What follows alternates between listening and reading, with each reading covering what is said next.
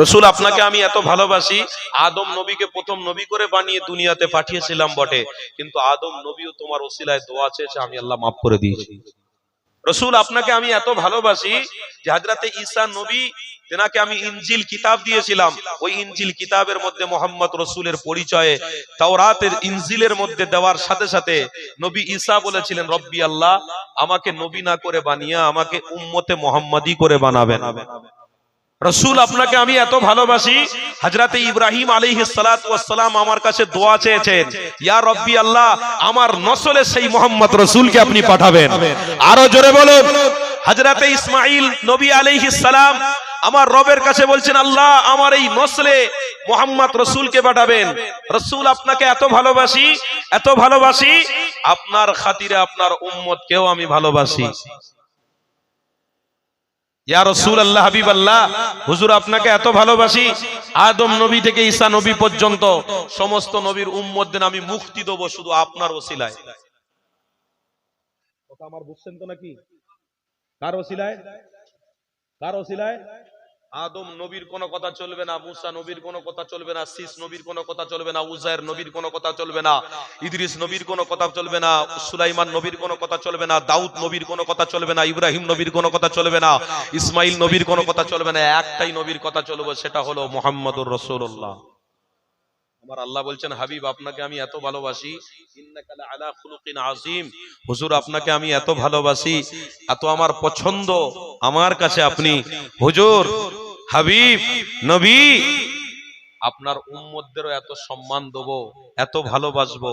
তো তখন আমার রাসূল খামোশ খেয়ে গেলেন। আমার রবকে বলছেন, রব্বি আল্লাহ, আপনি তো এত কিছু কথা বললেন, কিন্তু একটা কথায় আমি আপনাকে একটা কথা বলতে চাই, বলো হাবিব, আপনি বলুন। তখন আমার নবী বলছেন, রব্বি আল্লাহ, আপনি বলছেন আমার জন্য আমার উম্মতকে ভালোবাসবেন। কত বড় মারাত্মক কথা! আমরা সেই নবীর উম্মত যে নবীকে ভালোবেসে আমরা দরুদ পড়লাম, আর যতক্ষণ থাকবো দরুদ পড়বো, আবার যতক্ষণ থাকবো মাঝে মাঝে সালাম পড়বো, বলুন ইনশাআল্লাহ।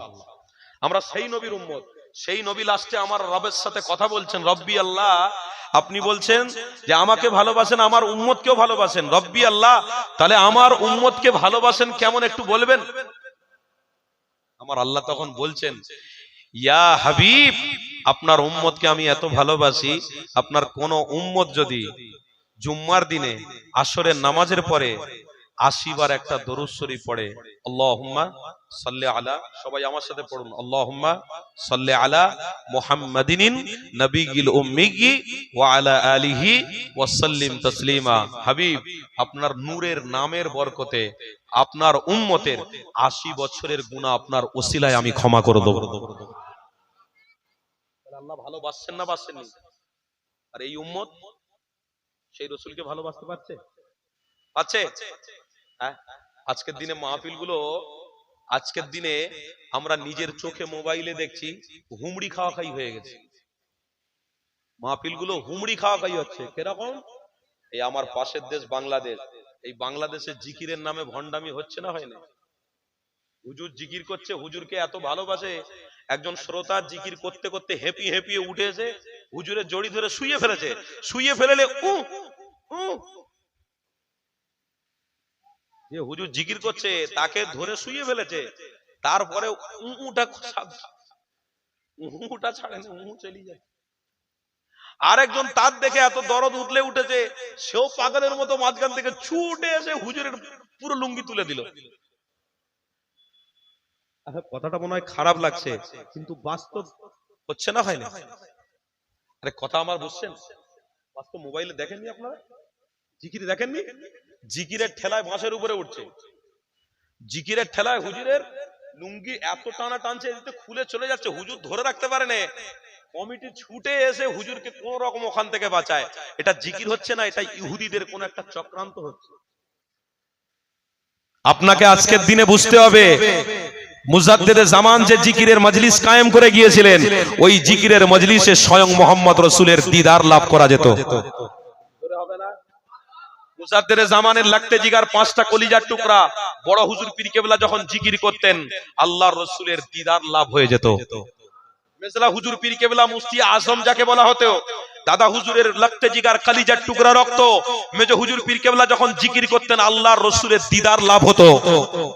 সেজলা হুজুর পীর কেবলা, নোয়া হুজুর পীর কেবলা মাদার জাত আল্লাহর ওলি, সেই ব্যক্তি স্পষ্টে যারা এসেছিল আমার রসুলের দিদার লাভ হয়েছিল। ছোট হুজুর পীর কেবলা আমার মুজাদ্দেদে জামানের লাগতে জিগার কালিজার টুকরা ছোট হুজুর পীর কেবলা যখন ওয়াজ করেছেন, জিকির করেছেন, আল্লাহর কসম বলছি নিজেও কেঁদেছেন, শ্রোতারা যারা জিকির করছে তারাও চোখের পানি ফেলেছে। ওই মজলিস আর ওই বাংলাদেশের মজলিস, এই দুটোর মধ্যে পার্থক্য আছে না নেই? কিন্তু আলহামদুলিল্লাহ আমরা পশ্চিম বাংলার মানুষ, আজও কিন্তু আমাদের যে মজলিস যে সিস্টেমে হচ্ছে আলহামদুলিল্লাহ এখনো পর্যন্ত কিন্তু আমরা নাজাতের রাস্তায় রয়েছি। এতে কোনো সন্দেহ আছে? এতে কোনো সন্দেহ আছে? আল্লাহর কোরআন বলছে লা খাউফুন আলাইহিম ওয়ালা হুম ইয়াহজানুন, যে মজলিসে আল্লাহর ভয় এবং রাসূলের প্রেম থাকে ওই মজলিসটা আল্লাহর দরবারে কবুল হয়ে যায়। আজকে যুবকরা তার নিজের যৌবনটা খানিকটাই জলসা কেন্দ্রিক তারা এদিক ওদিক করতে পারতো। এইসব যুবক ছেলেরা যে বসে আছে এরা জলসা কেন্দ্রিক কোনো মেয়ের দিকে তাকাতে পারতো, কোনো মোবাইলে কোনো গেম খেলে তাদের সময় ব্যয় করতে পারতো। আল্লাহর কসম এই মাহফিলে এই জন্য তারা এসেছে যে এই মাহফিলে এসে বসেছি মানে নাজাতের ফায়সালা আল্লাহ যদি করে দেয় তো আমাদের জন্য রাস্তা ক্লিয়ার হয়ে যাবে। এই যুবকদের মূল্যবান সময় তারা এখানে না কাটিয়ে রাস্তায় গল্প করতে পারত।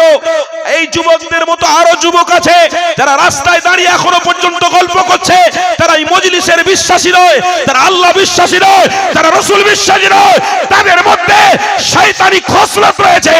এ যুবক তোমরা শুনে রেখে দাও, তোমাদের মৃত্যু বেঈমানদের মতো হবে, চোখ বেরিয়ে আসবে, নাক থেকে রক্ত বেরোবে, মুখ থেকে রক্ত বেরোবে, পিছন থেকে পায়খানা বেরিয়ে যাবে। কেন? আমার রাসূলকে যারা ভালোবাসে না তাদের মৃত্যুটা বেঈমানদের মতো হবে, আযাবে জাহান্নাম তাদের হবে। আর যারা মুহাম্মদ রাসূলকে ভালোবাসে তাদের মৃত্যুটা মায়ের কোলেতে যেমন কচি বাচ্চা দুধ পান করতে করতে ঘুমিয়ে পড়ে, তেমন মৃত্যুর সময় রাসূলের দিদার পেতে পেতে ঘুমিয়ে পড়বে।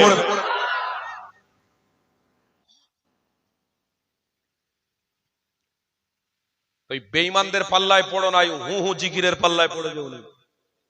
এক শ্রেণী নতুন ইসলাম চলছে, নতুন ইসলাম প্রচার করছে, এই ইসলাম থেকে আমাদের সরিয়ে দেবে। কোন ইসলাম? যে ইসলাম এই যে মানবতা রয়েছে। আপনি জানেন মশলা দেওয়া দেই হচ্ছে, কি মশলা? জুম্মার নামাজের পরে জোহরের নামাজ জামাতের সাথে করতে হবে। আপনারা শুনেছেন? কেউ ব্যক্তি বলছে ফরজ নামাজ পড়ে সুন্নত আর নফলের আমল করতে হবে না। কোনদিন আপনারা শুনেছেন? কেউ বলছে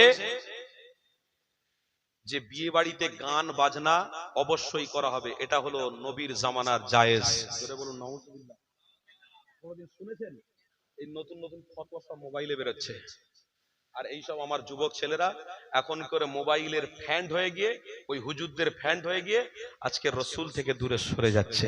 তাই আমাদের অস্তিত্ব, আমাদের জায়গাটাকে আমরা হারিয়ে ফেলেছি বলে আজকের বেঈমানরা আমার দিলে আমার রাসূলের প্রেমের জায়গাটাই তারা আঘাত করছে। কথা ঠিক না ভুল বলছি? এ যুবক, তোমরা যদি এই ইসলামের মধ্যে থাকতে, খোদার কসম ওই জিকির, খোদার কসম ওই জিকিরের নামে যে ভণ্ডম, ওই যে পীরত্বর নামে মুরিদের নামে যে ভণ্ডম যে আজকে সমাজে আমার পাশের দেশে যে চলছে, ওই ইসলামের অনুসারী যদি তোমরা হতে, বিশ্বাস করো তাহলে ওই বেঈমানদের গালাগালি, বেঈমানদের চক্রান্তের শিকার আমাদের হতেই হবে।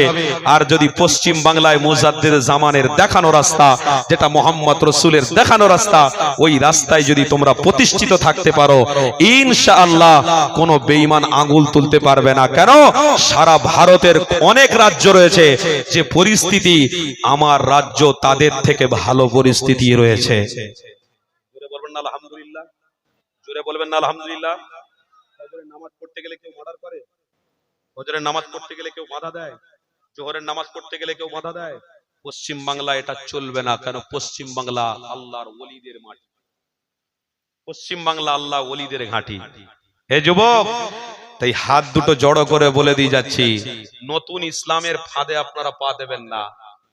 ইসলাম যেটা আল্লাহর রাসূল দেখিয়ে গেছেন ১৫০০ বছর আগে, তেনার অনুসারী যারা মুজাদ্দিদ জামান যেভাবে দেখিয়ে গেছে ওটাই হলো সঠিক ইসলাম।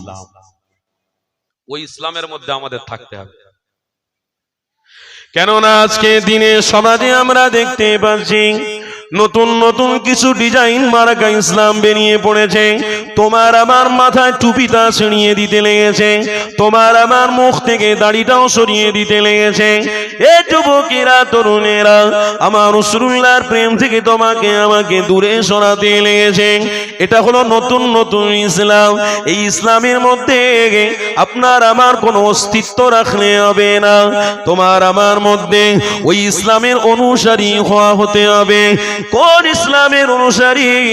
হযরতে জাবির হুজুর আমার হাদিসের মধ্যে বলেছে, আমার রাসূলুল্লাহ যখনই রাস্তা দিয়ে হেঁটে হেঁটে গেছে, আমার রাসূলুল্লাহকে দেখে ছোট ছোট পাথরগুলো আমার হাবিবকে সালাম করেছে।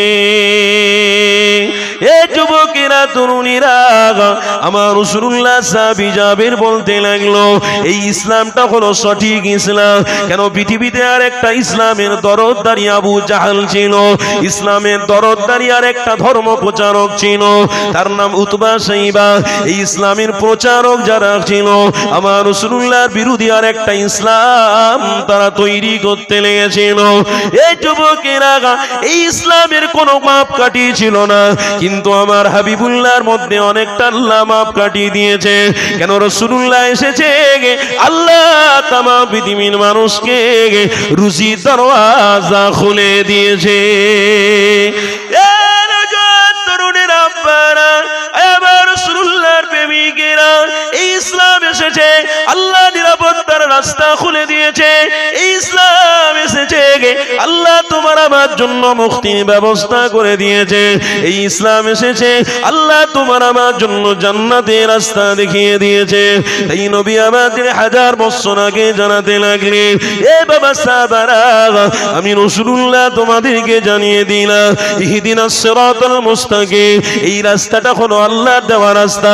এই নিয়ামত হলো মুহাম্মদ রাসূলুল্লাহ। এই রাস্তাটাকে তোমরা মজবুত করে ধরো। এই রাস্তাটাকে কোনো মতে কোনোদিন কারোর পাল্লায় পড়ে ছেড়ে দিও না গো। কেন? এই রাস্তাটাই হলো আল্লাহর দেওয়া রাস্তা।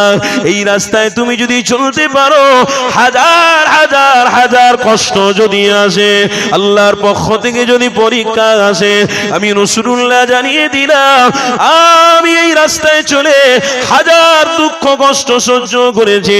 এই রাস্তায় তোমরা যদি টিকে থাকতে পারো, আমি রাসূলুল্লাহ ওই পারে জান্নাতের সামনে দাঁড়িয়ে আমার উম্মত উম্মতীদের জন্য অপেক্ষা করব। আরো জোরে বলুন, এ তরুণেরা, আমার রাসূলুল্লাহর প্রেমিকেরা, যুবক যখন তোমরা এসেছো, আমার আব্বারা যখন আপনারা এসেছেন ইমানি মাহফিলে, তাহলে আপনাদেরকে আপনার হাবিব বুঝতে হবে, আমার রাসূলুল্লাহ চিনতে হবে। আমার হাবিব ছাড়া কাউকে নিয়ে ইসলাম চলে না। আমার রাসূল ছাড়া কারোর কাছে ইজ্জত থাকবে না। আমার রাসূল ছাড়া কারোর কাছে বানানো জিকির চলবে না। আমার রাসূল ছাড়া কারোর কাছে নামাজটাও কবুল হবে না। এই যুবকেরা, তরুণীরা, আমার রাসূলুল্লাহ হলো আল্লাহর পক্ষ থেকে নিয়ামত। আমার রাসূলুল্লাহকে আল্লাহ তোমার আমার জন্য নিয়ামত করে বানিয়েছে। আমার রাসূলুল্লাহকে আল্লাহ তোমার আমার জন্য মাগফিরাত করে বানিয়েছে। আমার রাসূলকে আগে চেনো, ওই ইসলামের অনুসারী হয়ে থাকো। আমার নবী পাকের দিদার পাওয়ার আশা করো, আমার হাবিবের দিদারের লাভ করার আশা করো। হাজার হাজার বার চেষ্টা করো, ইমানি মাহফিলে ধৈর্য ধরো, আমার রাসূলের উপরে দরুদ পড়তে থাকো। চেষ্টা করো, কষ্ট করো, মেহনত করো। কেন? আমার নবী পাকের হাজার বছর আগে সাহাবাদেরকে জানিয়ে গেছে, আমার সাহাবারে, ইয়া আইয়ুহাল্লাযীনা আমানুস্তাঈনু বিস-সাবরি ওয়াস-সালাহ, তোমরা সবর করো, তোমরা ধৈর্য ধরো। অবশ্যই আল্লাহ রাসূলুল্লাহর দেখানো রাস্তায় যদি সবর করতে পারো, আল্লাহ তোমাদের জন্য এই দুনিয়া থেকে লক্ষ লক্ষ গুণ বড় জান্নাত তওফা রেখেছে।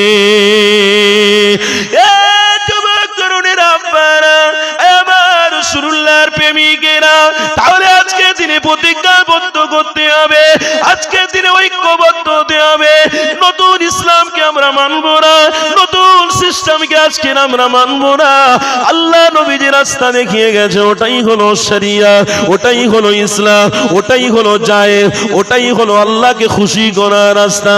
যাহারে শোনো আমার রাসূলুল্লাহর পরিচয়টা শিখিয়ে দিই। এই যুবকেরা তরুণীরা, সহিহ বুখারী কিতাবের মধ্যে রয়েছে গো, আমার হাবিবের মতো আবু জাহাল হতে পারবে না, আমার হাবিবের মতো উতবা হতে পারবে না, আমার হাবিবের মতো শাইবা হতে পারবে না, আমার রাসূলুল্লাহর মতো দুনিয়ার কোনো অর্থশালী হতে পারবে না। আমার নবী তো নবী থাকবে, তোমরা রাসূলের উম্মত উম্মতি থাকবে।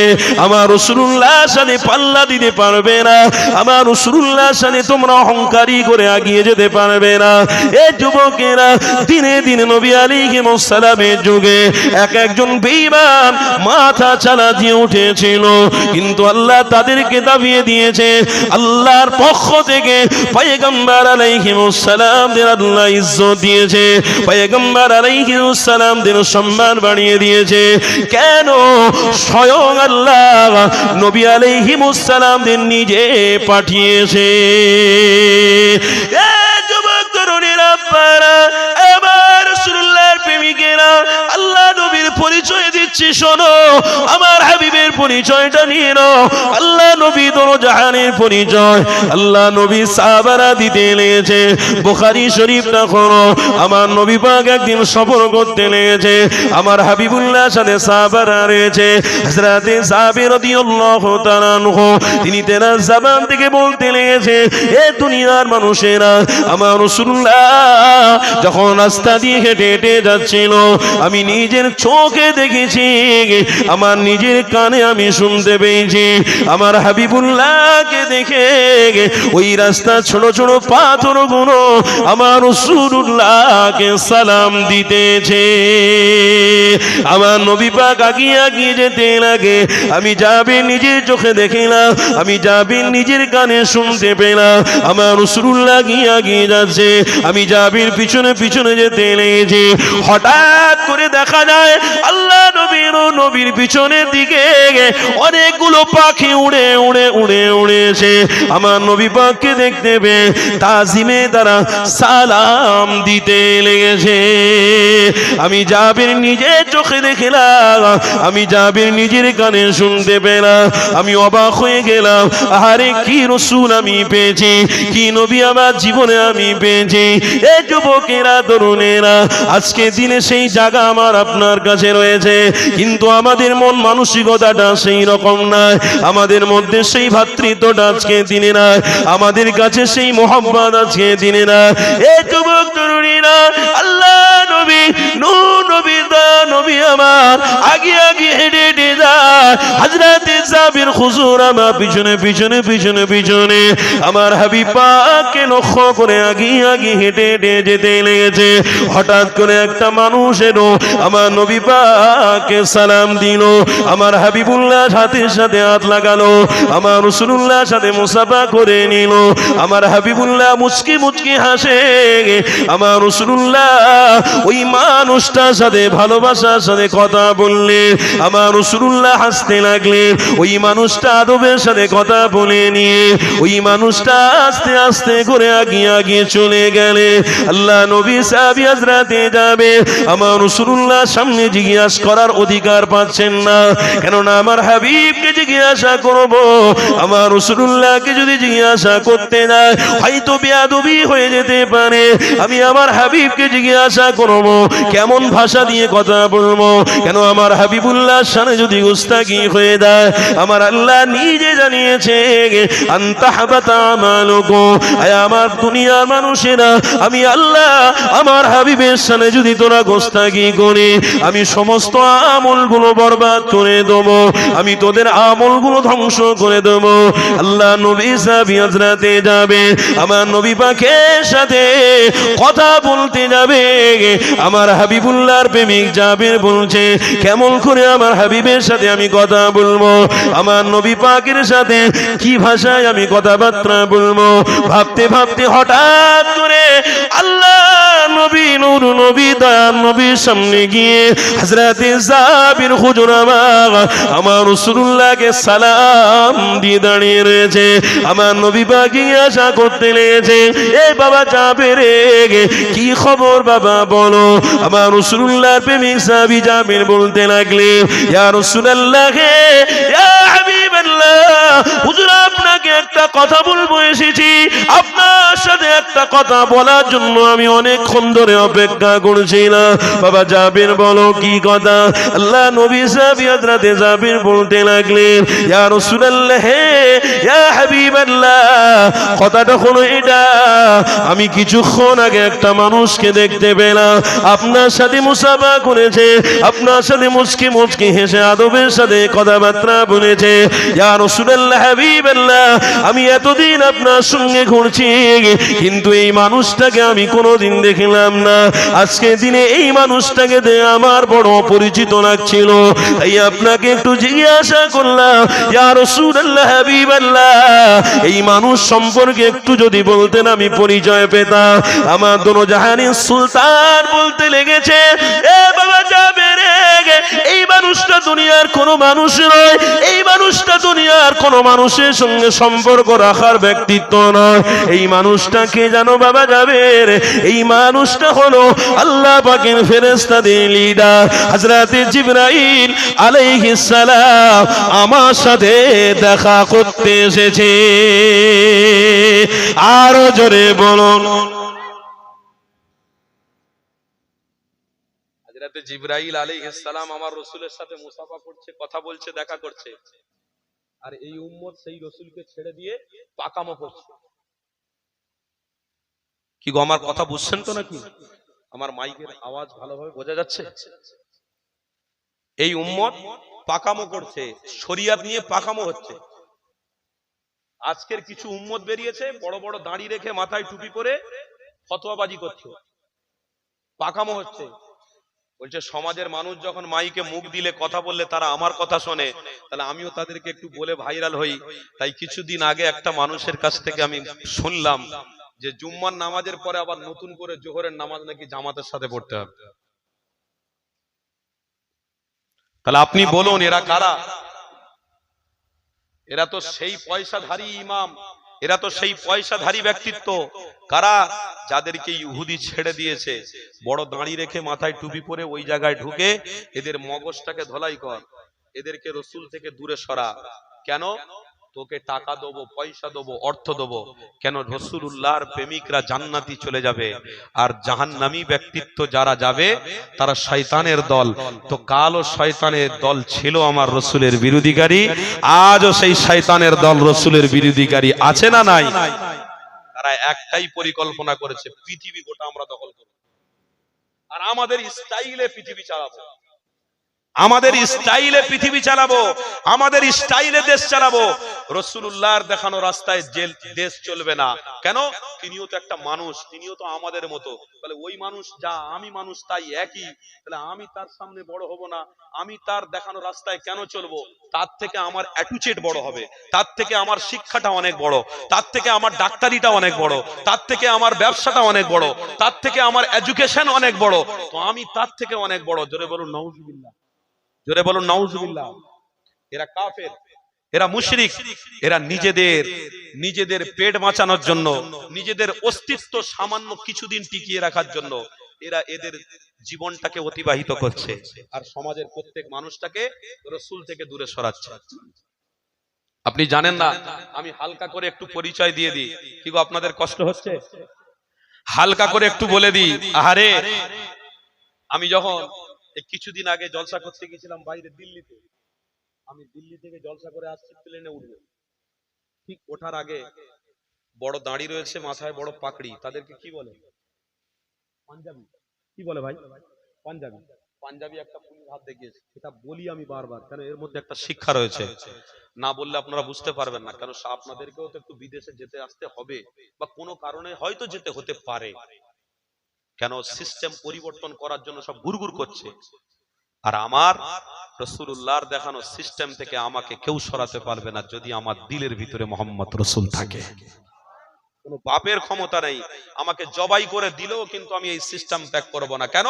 অর্থ আমার কিছুদিনের জন্য, বাড়ি আমার কিছুদিনের জন্য, ক্ষমতা আমার কিছুদিনের জন্য, কিন্তু রাসূলুল্লাহর প্রেম আমার জান্নাতে যাওয়ার জন্য।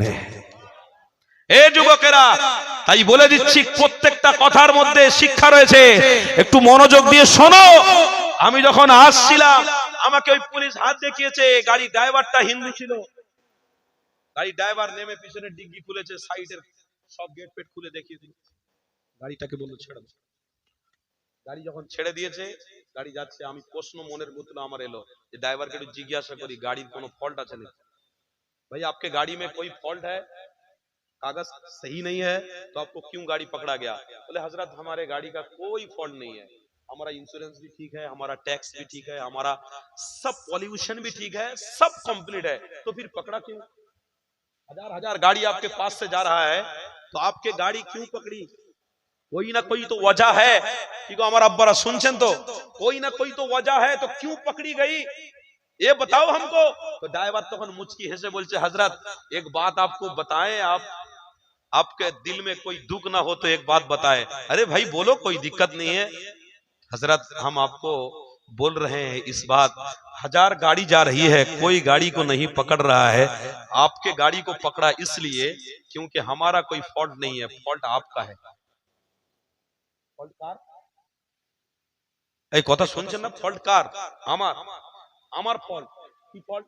আমি তখন জিজ্ঞেস করলাম अरे भाई ये कैसे बात कह रहे हो, हमारे फॉल्ट, हमारे कोई दोष? अरे क्या बात? नहीं हजरत, हम पहले आपको बताए थे, दिल में आप दुख मत रखिए, हम फ्रेश बात आपको बोल रहे हैं, क्यों हम एक गैर मुसलमान है, हम एक हिंदू भाई हैं, आपको मोहब्बत करते हैं, जरूर आपके दाढ़ी आपका टोपी को बहुत रिस्पेक्ट करते हैं, बहुत इज्जत करते हैं, लेकिन हजरत गाड़ी आपके लिए पकड़ा गया, आप अगर नहीं रहे तो गाड़ी नहीं पकड़ा जाता। हम बोले क्यों, वजह क्या? तो तখন ड्राइवर बोल आपके सर पे जो टोपी है, मुंह पे जो दाढ़ी है, ये वजह है। अरे हम बोले सर पे दाढ़ी, सर पे टोपी, मुंह पे दाढ़ी, ये तो हमारे रसूल के सुन्नत है।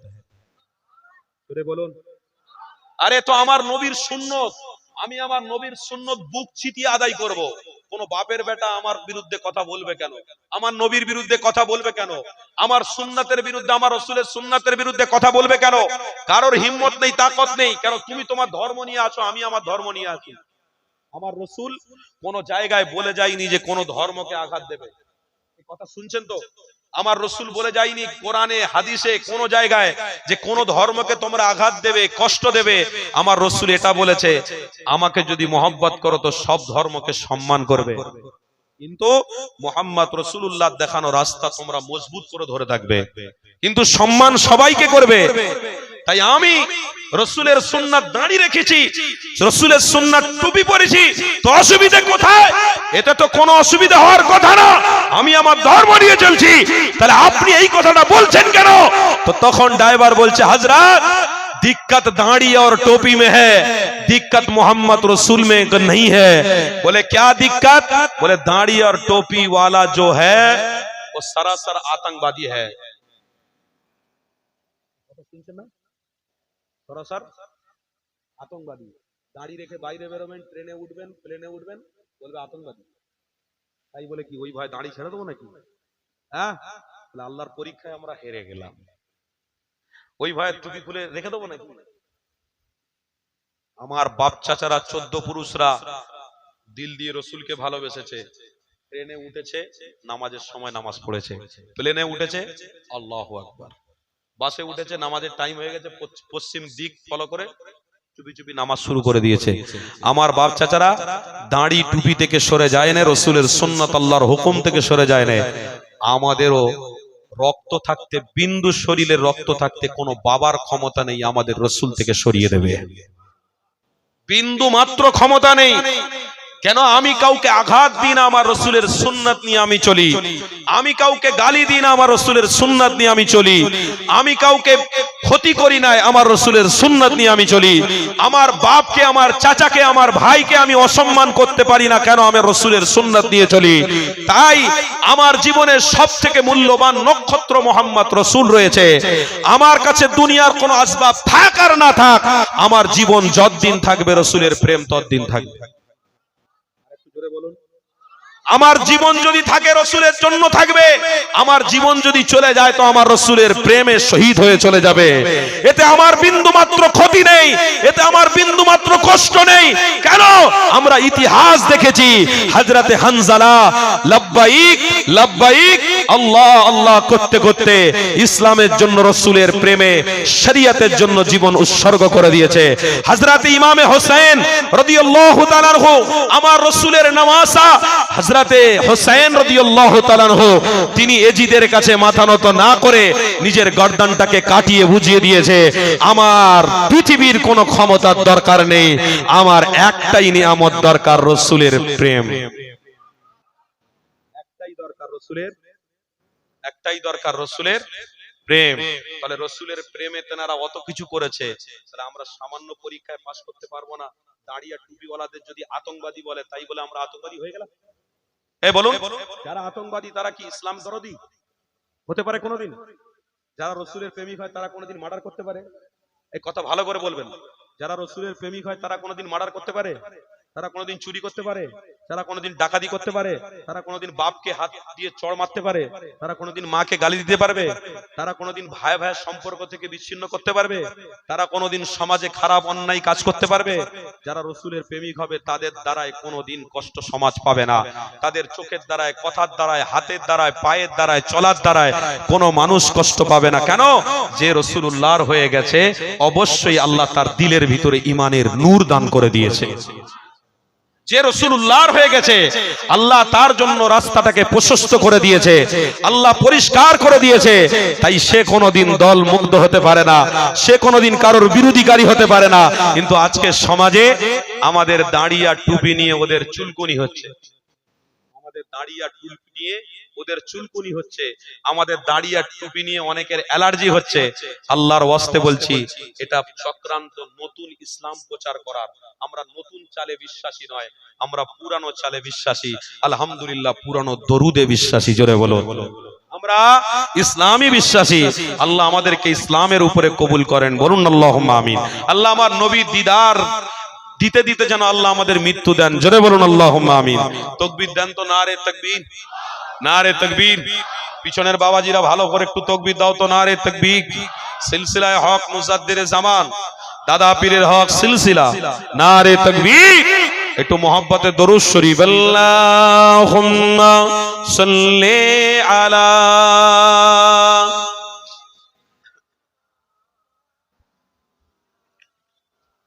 মোহাব্বতে মোহাব্বতে মাশাআল্লাহ।